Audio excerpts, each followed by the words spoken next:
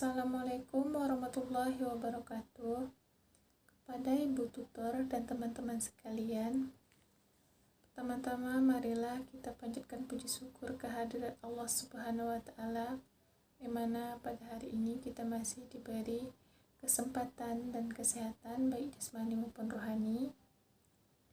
Selawat beriring salam tidak lupa kita hadiahkan kepada Nabi besar kita Muhammad SAW dengan mengucapkan Allahumma sholli ala Sayyidina Muhammad wa ala ali Sayyidina Muhammad. Perkenalkan, nama saya Rita Nopika dari Universitas Terbuka UPBJJ Pekanbaru, Prodi Manajemen. Di sesi keempat ini kita akan membahas mengenai COVID-19. Apa itu COVID-19? COVID-19 atau coronavirus merupakan keluarga besar virus yang mengakibatkan terjadinya infeksi saluran pernafasan atas, ringan, hingga sedang seperti penyakit flu. Banyak orang yang terinfeksi virus ini, setidaknya satu kali dalam hidupnya. Sejak awal kemunculannya, virus corona telah bermutasi menjadi berbagai varian. Ini karena pada dasarnya virus dapat bereplikasi dan membuat dirinya menjadi banyak. Ketika melakukan hal ini, virus corona mengubah gennya sedikit. Inilah yang disebut mutasi virus. Mutasi dari virus ini disebut varian atau variasi dari virus yang asli. Beberapa varian atau mutasi dari virus corona yang telah menyebar antara lain: 1. Varian Alpha. Pertama kali ditemukan pada September 2020 di Inggris dan dikenal dengan kode varian B117.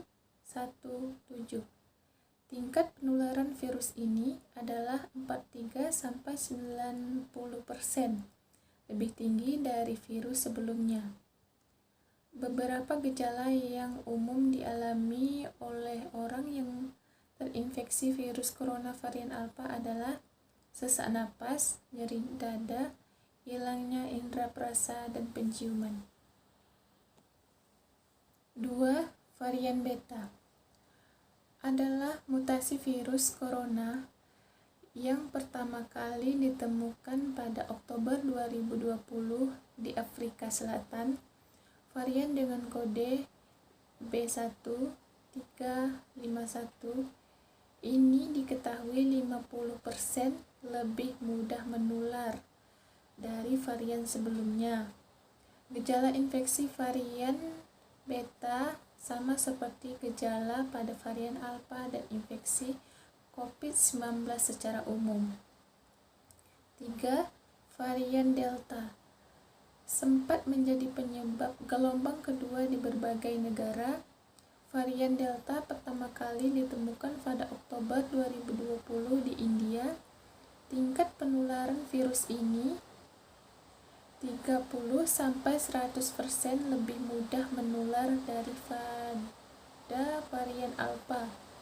Selain itu, varian ini juga menular lebih cepat dan berpotensi tinggi menyebabkan gejala yang parah. Beberapa gejala yang dialami adalah sakit kepala, sakit tenggorokan, pilek, batuk, sesak napas, kelelahan, kehilangan indera perasa dan penciuman. 4. Varian Gamma pertama kali ditemukan di Brazil dan Jepang pada November 2020. Varian Gamma diketahui dengan kode P1. Gejala umum yang ditimbulkan sama seperti virus lain: sesak napas, sakit kepala, sakit tenggorokan, batuk, dan pilek. 5.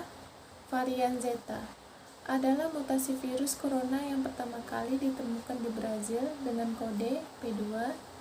Varian ini sama seperti varian Gamma, termasuk dari segi segala. Siapa saja dapat terinfeksi virus corona, akan tetapi bayi dan anak kecil serta orang dengan kekebalan tubuh yang lemah rentan terhadap serangan virus ini. Lalu, seseorang yang tinggal atau berkunjung ke daerah atau negara yang rawan virus corona juga berisiko terserang penyakit ini. Penyebab infeksi coronavirus: 1. Percikan air liur, batuk, dan bersin. 2. Menyentuh wajah orang atau tangan orang yang terinfeksi. 3. Menyentuh mata, hidung, atau mulut setelah memegang barang yang terkena percikan air liur pengidap virus corona. Rata-rata gejala timbul antara 2-14 hari setelah virus pertama masuk ke dalam tubuh. Sementara itu, metode transmisi COVID-19 juga belum diketahui dengan pasti. Awalnya virus corona ini diduga bersumber dari hewan. COVID-19 merupakan virus yang beredar pada hewan termasuk unta, kucing, dan kelelawar. Sebenarnya, virus ini jarang sekali berevolusi dan menginfeksi manusia atau menyebar ke individu lainnya. Namun, kasus di Tiongkok ini menjadi bukti nyata kalau virus ini bisa menyebar dari hewan ke manusia. Bahkan, kini penularannya dari manusia ke hewan. Virus corona bisa menimbulkan beragam gejala pada pengidapnya. Gejala yang muncul ini tergantung pada jenis virus yang menyerang dan seberapa serius infeksi yang terjadi.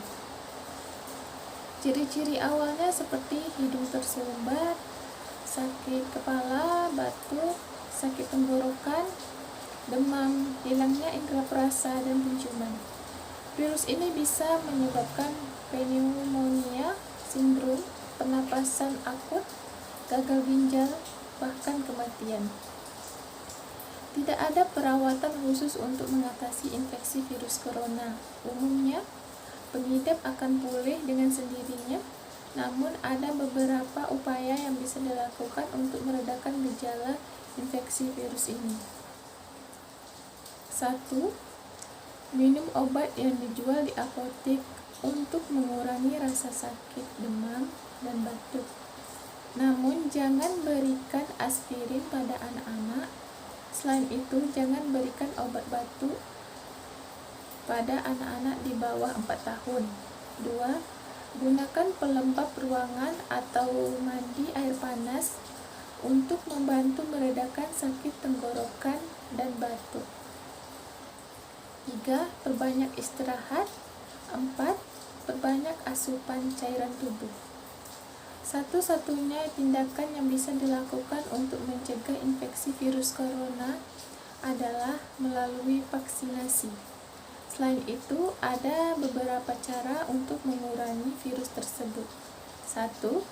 Sering mencuci tangan dengan sabun dan air selama 20 detik hingga bersih. 2. Hindari menyentuh wajah, hidung, atau mulut saat tangan dalam keadaan kotor atau belum cuci. 3. Hindari kontak langsung atau berdekatan orang yang sakit. 4. Hindari menyentuh hewan atau unggas liar. 5. Membersihkan dan mensterilkan permukaan benda yang sering digunakan. 6. Tutup hidung dan mulut ketika bersin atau batuk dengan tangan. 7. Jangan keluar rumah dalam keadaan sakit. 8. Pakai masker dan segera berobat ke fasilitas kesehatan ketika mengalami gejala penyakit saluran napas. 9. Konsumsi vitamin untuk meningkatkan daya tahan tubuh. Hanya ini yang bisa saya sampaikan. Apabila ada kekurangan dan kesalahan, saya mohon maaf. Saya tutupi dengan wabillahi taufiq wal hidayah. Wassalamualaikum warahmatullahi wabarakatuh.